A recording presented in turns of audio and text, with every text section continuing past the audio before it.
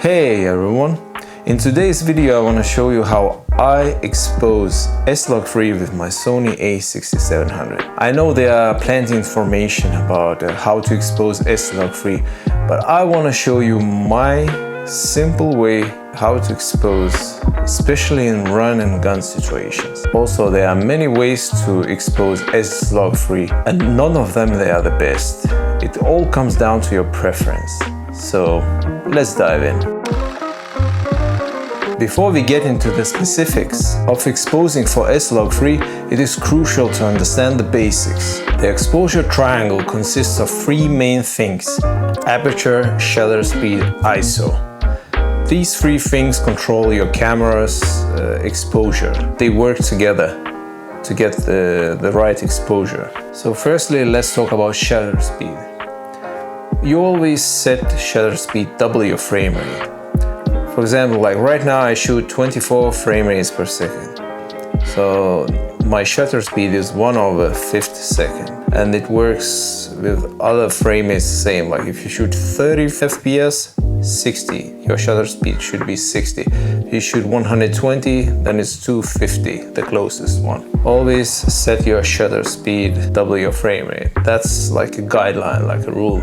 But you can always break the rules. Like you can, for some, if you want to get some certain effects, like you shoot in the lower shutter speed, then you get this dreamy, blurry effect. Second is the ISO. For a6700 I recommend 800 and 2500 because these two ISOs, they are base ISOs and they will give the best dynamic range and the highest quality footage.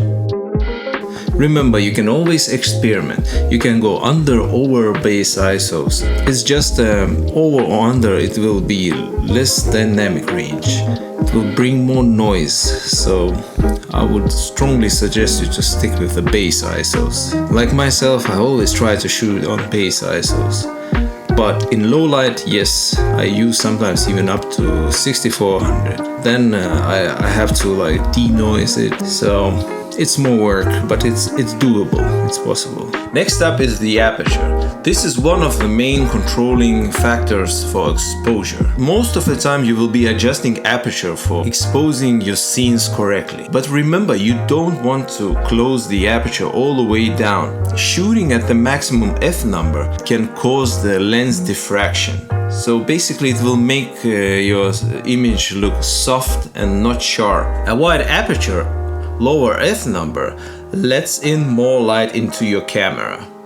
And that's how you can create the shallow depth of field. You know, the blurry background. Like, for example, now I move up to my camera. See how the background becomes very blurry. Because I shoot wide open with Sigma 16mm 1.4. And it allows me to get this beautiful bokeh effect. However, if you want to achieve this effect, it is impossible without one of these babies. ND filters. This is a must accessory.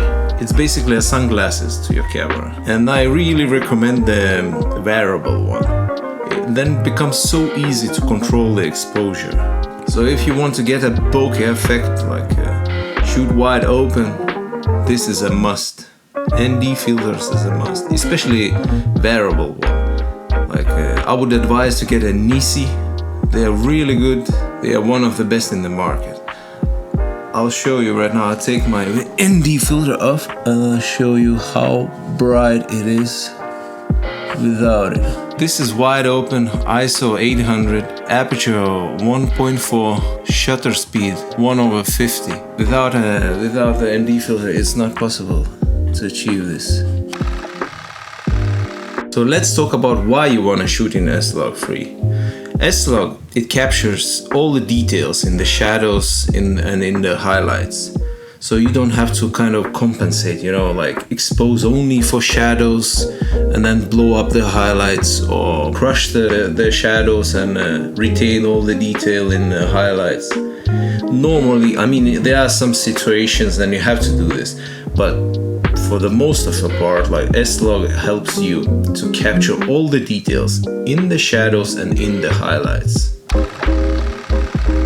Okay, let's talk about how I prefer to expose for SLOG3. There are many different ways how to expose the SLOG3. It all comes down to your preference. I personally use the metering mode quite a lot.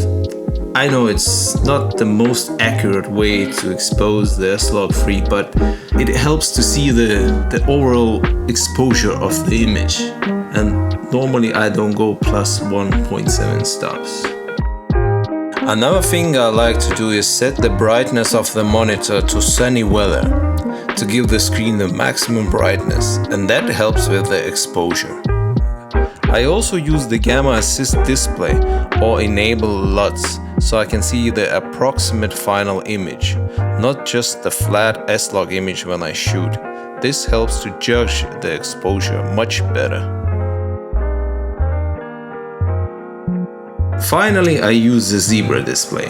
I set my zebras at C1 to 52 ±2 for exposing skin tones and C2 lower limit to 94 plus for exposing the highlights. The zebras at 52 ±2 help me ensure that skin tones are properly exposed, while the 94 plus setting for the highlights ensures that I don't blow out the bright areas of my image. So using these methods helps me quickly and accurately expose my footage in run and gun situations, giving me more flexibility in post-production. And here you have it. By following these steps, you can ensure that your footage is properly exposed when shooting in SLOG3, even in run and gun situations. This will give you more flexibility and better results in post-production. Hope you found this helpful, and if you did, please give a thumbs up and let me know in the comments if you have any questions or topic you would like me to cover in the future videos. Don't forget to subscribe for more like this. See you next time. Bye.